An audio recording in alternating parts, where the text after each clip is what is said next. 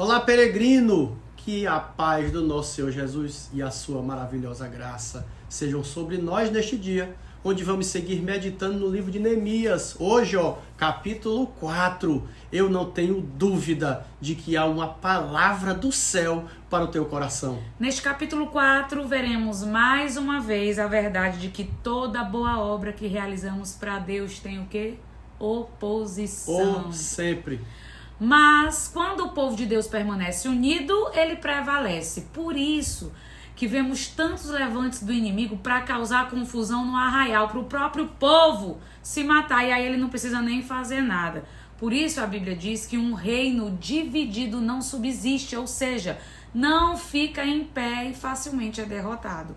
Assim acontece no aspecto espiritual no meio do povo de Deus, assim sempre foi na história dos povos, dos grandes impérios e governos, como também assim é nos negócios, nas empresas e, infelizmente, até mesmo nas famílias. Meu Deus, misericórdia. Deste capítulo 4, nós podemos extrair importantes lições. Leiamos o versículo 1 e o versículo 2, parte A.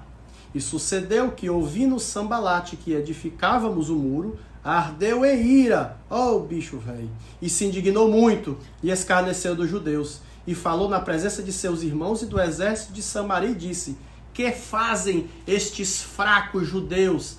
Bicho petulante, presta atenção, nós sabemos que muitas pessoas causam dificuldades para si mesmas. Verdade. Há pessoas que estão sofrendo porque fizeram terríveis semeaduras, e agora estão colhendo os espinhos. E essa lei não falha, né, Kézia? É verdade, mas há também muitas situações onde as dificuldades surgem, não é porque você pecou, ou foi infiel, ou algo do tipo. Algumas vezes, certas dificuldades e oposições que enfrentamos realmente é uma oposição infernal e maligna, tentando frustrar os planos de Deus em nossas vidas. Eita, diabo sem vergonha, por isso que ele não presta. Mas então, cuidado, peça discernimento ao Senhor para entender quando você precisar se arrepender, retroceder, mudar, e quando você precisa perseverar e avançar. Anote essa na tábua do teu coração. Não é porque está tendo lutas, dificuldades e oposição que Deus não está no negócio. E o contrário também é verdade. É verdade. Não é porque tá dando tudo certo, fluindo as mil maravilhas, todos te aplaudindo e ninguém se opondo, que significa dizer que Deus está aprovando. Ou seja, voltando ao texto, mesmo Neemias estando sob um direcionamento claro do Deus de Israel e amparado pela autorização do rei persa, tiveram que enfrentar o escárnio e zombaria dos samaritanos, que começaram a desdenhar. Saliente, nesse primeiro momento, os adversários não estavam botando fé nenhuma que os judeus iriam conseguir reconstruir os muros, e estavam tirando sarro, era com vontade. Vejam o que eles dizem no versículo 3. E estava com ele Tobias, o amonita, e disse: ainda que edifiquem, vindo uma raposa, derrubará facilmente o seu muro de pedra. Rapaz, eles estavam levando o povo judeu, era no pagode, era na galhofa. Pense como eu tenho abuso de gente assim, que se coloca numa posição de superioridade e zomba dos esforços daqueles que julga serem mais fracos. Mas, diante dessa zombaria toda, qual foi a reação de Neemias? Não poderia ser outra. Mais uma vez, ele ora ao Deus dos céus. Neemias enfrentou o escárnio com oração e determinação. Caboclo crente. E aqui ele faz uma oração imprecatória, porque deixa eu te dar uma dica, não é errado orar não, para que Deus derrote as intenções do inimigo quando ele tenta destruir a sua obra ou prejudicar o seu povo.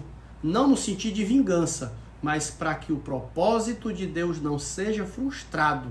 E diante da liderança determinada de Neemias, é dito no versículo 6, assim edificamos o muro, e todo o muro se cerrou até sua metade, porque o coração do povo se inclinava a trabalhar. Para desgosto dos inimigos, a reconstrução estava indo muito bem, obrigado. E quando aquelas almas cebosas souberam do avanço, se levantaram para tentar impedir a reconstrução. E é sempre assim, ninguém atira pedras em árvore infrutífera. Verdade, meu bem. Uma vez eu ouvi um teólogo dizer, se você não quer oposição de ninguém, não quer chamar a atenção de ninguém, nem quer incomodar ninguém, é bem facinho e simples, ó. Anota a dica, não faça nada. E acabou-se a conversa. Todo mundo que se levanta para fazer alguma coisa significativa, ela acaba despertando sentimentos ao seu redor. Às vezes esses sentimentos são bons, mas às vezes são ruins. A luz incomoda as trevas. E muitas vezes aqueles que estão nas trevas não querem ir para a luz, preferem continuar na escuridão. E ainda querem apagar a tua luz. Verdade, gente. Não foi assim lá com Caim, em Gênesis capítulo 4? Em vez de querer melhorar, endireitar a sua vida para na próxima oferta agradar a Deus, preferiu o quê? Alimentar a inveja do pobre do Abel e matá-lo. Preferiu assassinar o irmão do que melhorar a sua conduta, misericórdia. É dito no versículo 7 que eles se iraram fortemente. E a gente se pergunta, mas o que o pobre dos judeus estavam fazendo de mal para esses samaritanos? Nada, absolutamente nada. A questão é que precisamos lidar com um fato. Algumas pessoas se levantarão contra nós, movidas por um ódio gratuito, uma ira sem motivo. E você não vai ter muito o que fazer a respeito disso, porque no coração desta pessoa, ela decidiu te odiar. O problema é com ela. Senhor, nos defenda dessas pessoas. Então, se você está caminhando em fidelidade, buscando observar os preceitos da palavra de Deus, mesmo diante das dificuldades e perseguições, nunca olhe para elas. Mantenha os seus olhos fixos em Deus. Avance dia após dia. Foi isso que Neemias fez e é isso que devemos fazer. No versículo 9, ele declara: porém, nós oramos ao nosso Deus.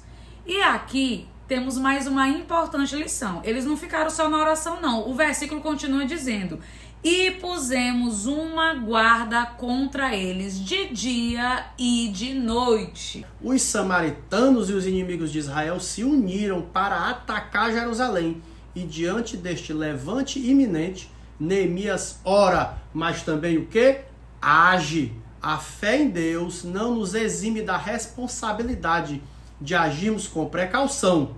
Quando os judeus ficaram sabendo das tramas dos inimigos, liderados pelos infelizes do Sanbalate e do Tobias, imediatamente reforçaram a guarda e a vigilância. Entenda algo, o crente deve confiar em Deus, ter fé, mas ter prudência. Crer na cura, mas ir ao médico. Crer que Deus guarda, mas colocar cerca elétrica, cadeados nas portas antes de dormir. Afinal, o mundo jaz no maligno. Deve crer que Deus abençoa, mas também se esforçar para trabalhar e estudar. Não ficar deitado, se balançando em uma rede, assoviando, chupando cano, esperando Deus fazer por ele o que ele próprio deve fazer. Faça a sua parte e com certeza Deus fará a dele. Outro ponto que precisamos destacar é que no versículo 20, Neemias nota, porque o bicho era perspicaz, que à medida que a obra avançava, os que estavam trabalhando iam se distanciando, porque a extensão do muro era enorme.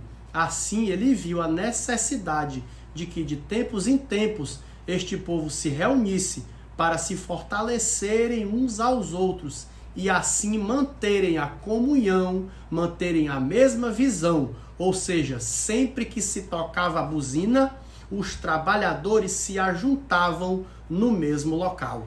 Do mesmo modo deve ser o povo de Deus, mais conhecido como igreja. Você sabe, as atividades do dia a dia muitas vezes nos distanciam. Por isso que o povo de Deus se reúne nos templos para adorar a Deus, se confraternizar, se fortalecer, trabalhar pela comunhão, manter a mesma visão, falar uma mesma língua. Desigrejados são membros fora do corpo e membro fora do corpo apodrece. Vixe. Portanto, o que é que nos diz a palavra? Não deixemos de congregar-nos como é costume de alguns, antes façamos admoestações, e tanto mais quanto vedes que o dia se aproxima. Está lá em Hebreus, capítulo 10, versículo 25. Isso, a palavra de Deus é a buzina, glória a Deus, que toca ao ouvido de todos os homens que nasceram da água e do Espírito e entendem a importância de caminharmos unidos, pois todos estamos trabalhando numa mesma obra, que é a seara do Mestre Jesus.